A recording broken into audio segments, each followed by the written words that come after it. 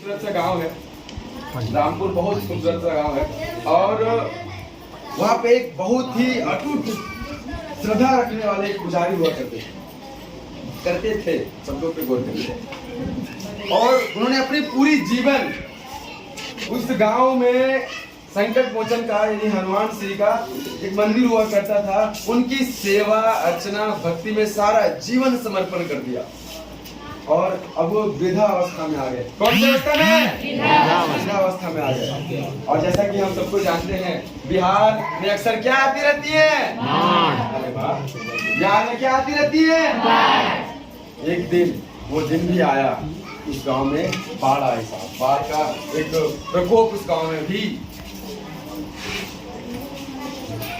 आया। और वो बाढ़ आया कुछ इस तरह से, जब बाढ़ आया तो पूरे गांव के लोग सचेत पैसे बिहार के लोग रहते हैं बाहर से, क्योंकि वो लोग पहले से प्रिपेयर होते हैं, जिस एरिया में बाढ़ आया करता है वहां से तैयार होते हैं। तो जैसे ही बाढ़ की पानी, नदी की पानी गांव की ओर इन करती है, तो सारे लोग भागते हुए गांव के जो उचले हिस्से हैं, जो ऊंचाई वाले हिस्से, वहां पे लोग जा करके अपने आप को बचाने की भी भरपूर क्या करते हैं? कोशिश करते हैं साहब, सब भागते हैं। तो जो गांव का जो मंदिर था ना शंकर मोचन, कैसी जगह पे था, जो भी उस रास्ते से गांव से निकले उस मंदिर से, वो मतलब वो रास्ता ही ऐसा था, जगह ऐसा था कि वहां से गांव से निकलने का रास्ता वही था, इस मंदिर से होके ही आप।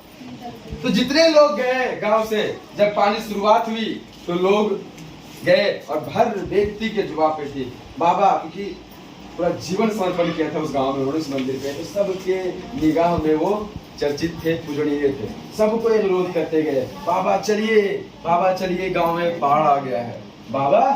और सबके सामने बड़ी विनम्रता से वो बोलते थे, आप लोग जाइए, मेरे प्रभु आएंगे, मेरे प्रभु यहाँ हैं।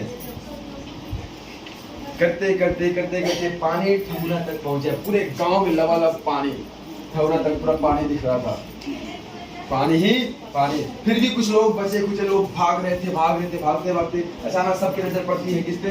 बाबा पे। बाबा चलिए बाबा, गांव पूरा डूब जाएगा, चलिए आप चलिए, मैं और मेरे प्रभु आएंगे। बढ़ते कारवां बढ़ा, पानी पूरा मंदिर कवर किया। पानी क्या हुआ? पूरा मंदिर कवर हुआ।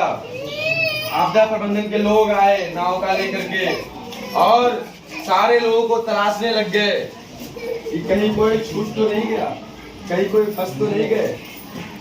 ढूंढते उनको, उनकी भी नजर पड़ती है महात्मा पे कि बाबा आप यहाँ रहेंगे तो आप डूब जाएंगे, आपकी मृत्यु हो सकती है, प्लीज हमारे साथ चलिए, हम आपको बचाने के लिए आए।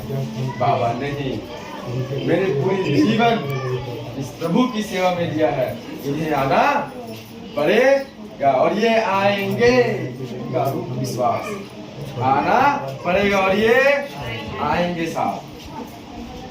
लाख जिद्दोजहद करने के बावजूद भी वो नौका पे सवार नहीं गए उनके साथ में।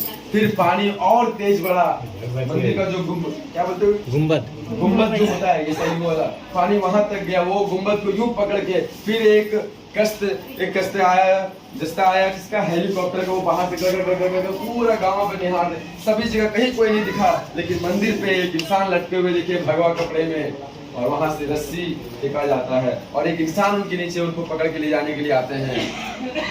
लेकिन वहां भी वो इग्नोर करते, नहीं, पूरी जीवन की मेरी भक्ति और श्रद्धा बेकार नहीं जा सकती। संकट मोचन आएंगे बचाने के लिए, संकट मोचन आएंगे बचाने के लिए, और मेरी संकट का निवारण करेंगे। लाख जिद्दोजहद कोशिश करने के बाद भी वो शख्स बाबा को उस मंदिर से निकाल नहीं पाते हैं, और अंततः पानी लबालब गांव में और तेजी से बढ़ रहा होता है। तो हेलीकॉप्टर जो बचाव दल के कर्मी होते हैं, उनको ना चाहते हुए बाबा को वहीं पे छोड़ करके वापस जाना होता है। और ऐसा दौर भी आता है कि पानी पूरे गुम्बद से ऊपर जाता है और फिर बाबा के पास बचने का कोई ऑप्शन नहीं रहता है, और बाबा फिर कहीं बह जाते हैं, उनकी मृत्यु हो जाती है।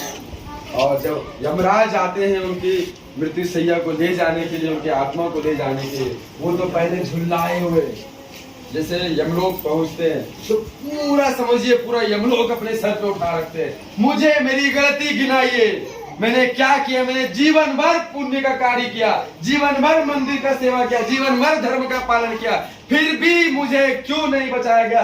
कहाँ है संकट मोचन? बुलाया जाए उन्हें। मेरे कुछ सवाल है उनसे, मेरे कुछ, उसके बाद जो सजा सुनाई जाए मुझे, मैं मंजूर, मैं तैयार हूं, लेकिन मुझे एक बार उनसे मिलना है और मेरे सवालों का जवाब मैं जानना चाहता हूँ।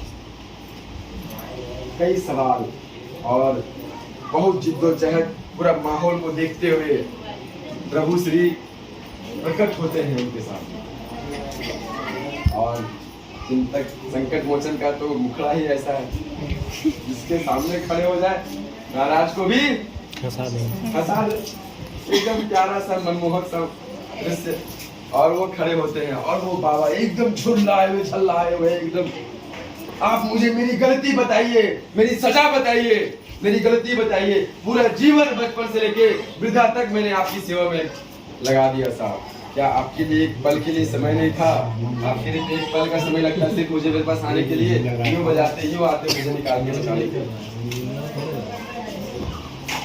देखो बड़ा मुस्कुराते बहुत ही प्यारे स्वभाव के साथ में, ये बालक हर क्षण मैं आपके पास था, हर वक्त मैं आपके पास था।